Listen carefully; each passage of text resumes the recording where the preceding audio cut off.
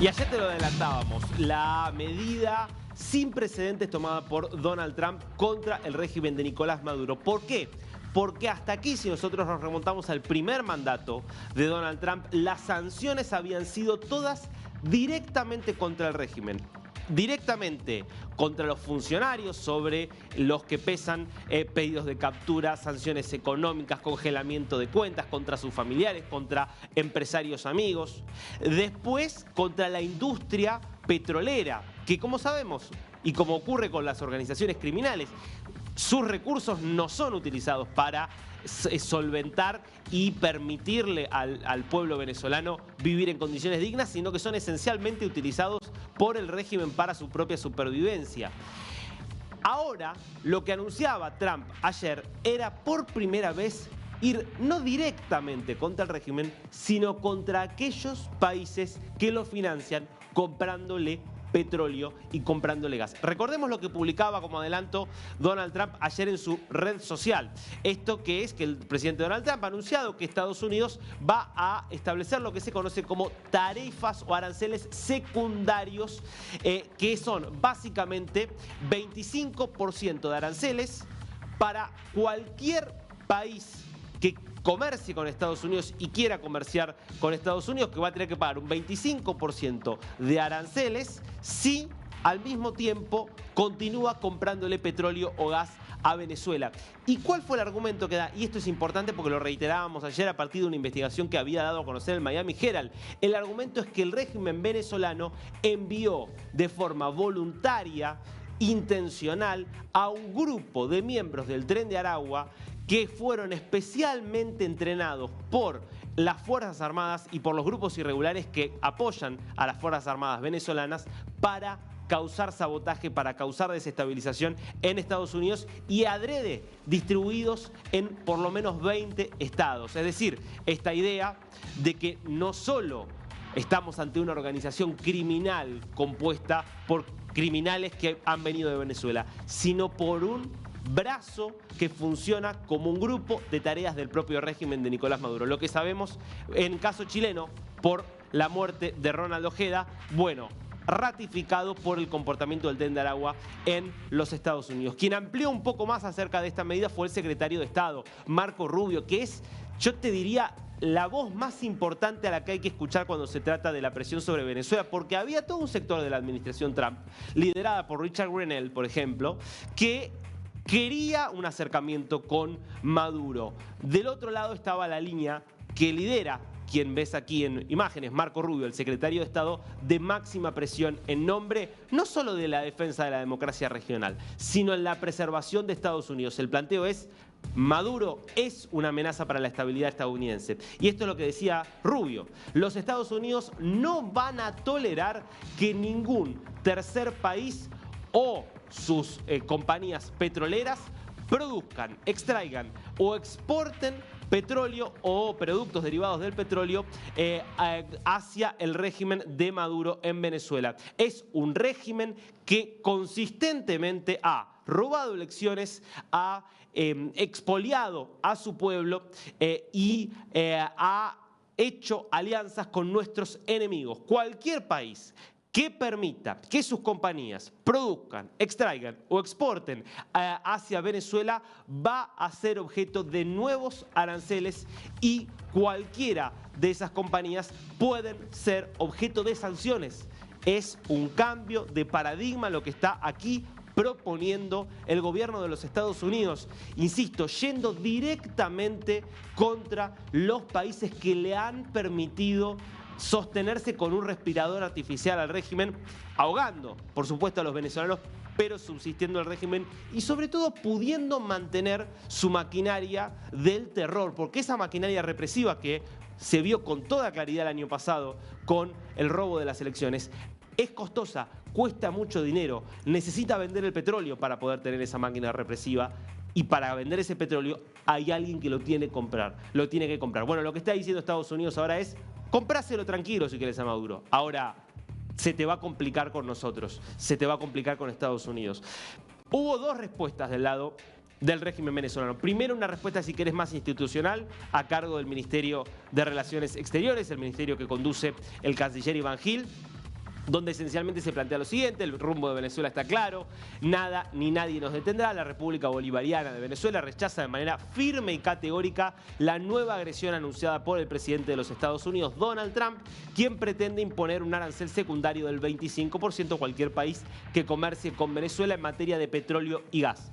Esta medida arbitraria, ilegal y desesperada, lejos de afectar nuestra determinación, confirma el fracaso rotundo de todas las sanciones impuestas contra nuestro país. Si uno ve el enorme esfuerzo que vienen haciendo los más altos dirigentes del chavismo y sus aliados internacionales, sus lobistas internacionales, para que les retiren las sanciones, bueno, va a ver que esas sanciones le duelen y mucho al régimen venezolano. Pero más allá de este comunicado, después fue el propio dictador el que habló acerca de esta medida anunciada por Trump, que en teoría se aplicaría el próximo 2 de abril, y esto es lo que decía. Y las que vengan las derrotaremos también con trabajo, creación, inventiva, amor y patriotismo. Podrán sancionar y poner aranceles a lo que le dé la gana. A lo que no podrán sancionar es el amor y el patriotismo del pueblo venezolano, de la clase obrera, de los empresarios, de los campesinos, de las mujeres. Jamás podrán sancionar el alma de un pueblo que derrotó a un imperio que tenía 300 años acá, clavando sus garras. Por eso me vine a Bolívar, porque Bolívar es la cuna de Manuel Piar y Bolívar es la cuna de la Tercera República que fundó Bolívar. Bolívar, aquí la tierra de donde nació la libertad de Sudamérica.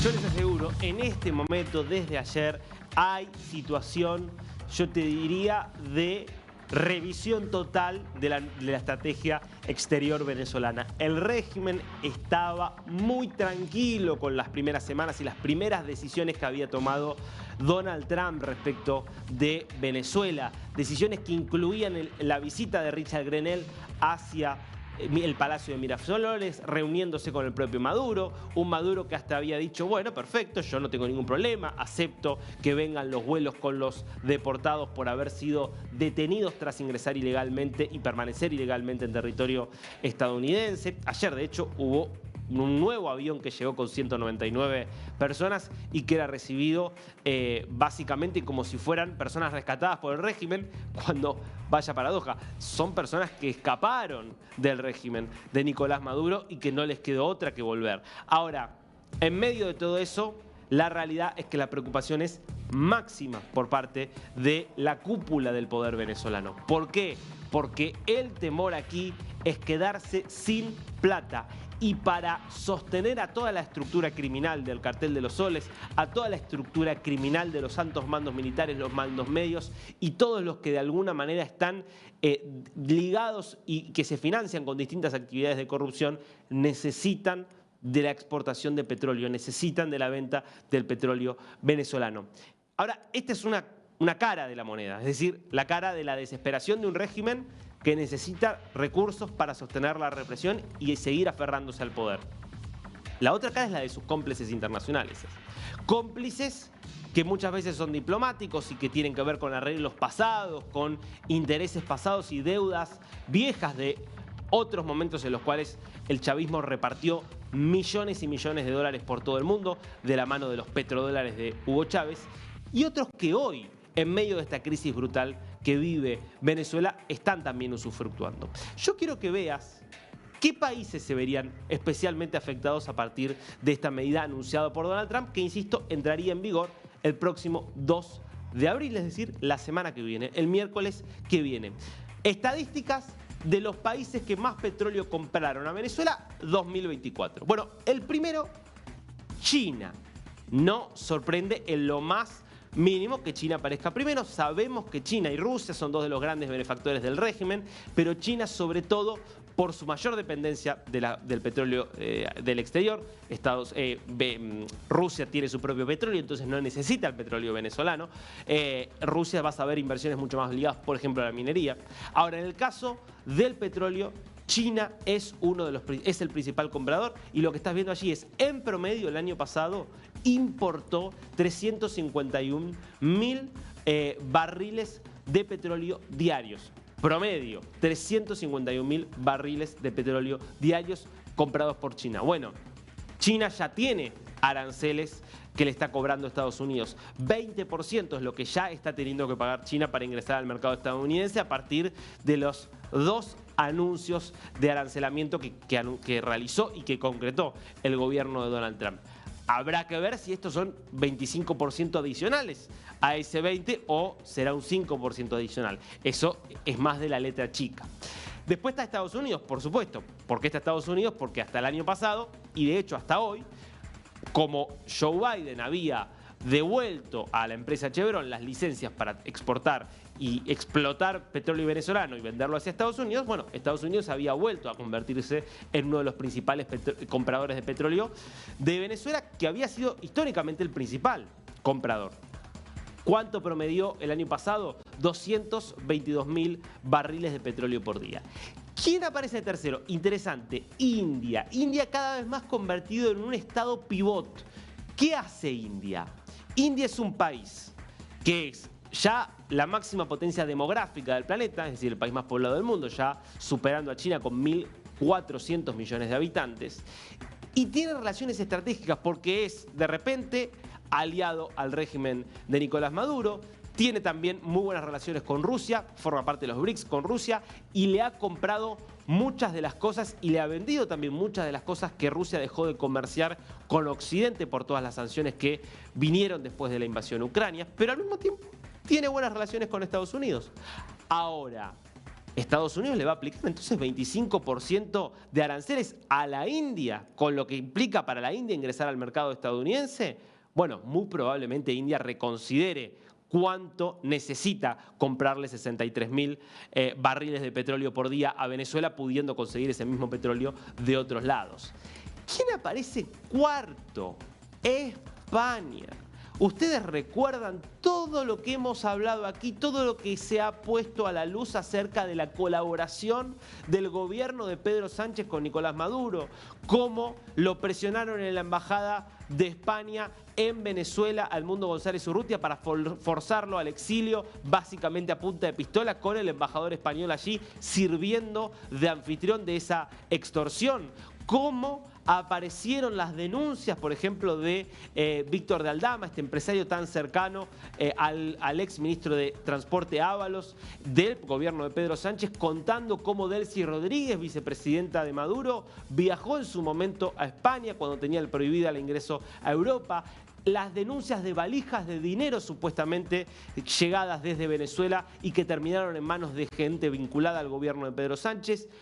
La figura de José Luis Rodríguez Zapatero, principal lobista internacional de Maduro y aliado estrecho de Pedro Sánchez. Bueno, claramente nada de eso era gratuito. Fíjate vos, España aparece como de los países que está comprándole todos los días petróleo a Venezuela para financiar al régimen. Bueno, ahora tendrá que pagar aranceles si quiere entrar a Estados Unidos. Y por último, Cuba, que acá hay que decirlo, Cuba no paga por esos 32.000 barriles de petróleo por día. Cuba brinda otro tipo de servicios, esencialmente organizando todo el aparato represivo que tiene el régimen venezolano, donde hay cubanos en todas las esferas por la experiencia muy amplia que tienen justamente en represión y en cómo sobrevivir aún sometiendo a la población a las condiciones más extremas de vida que uno se puede imaginar.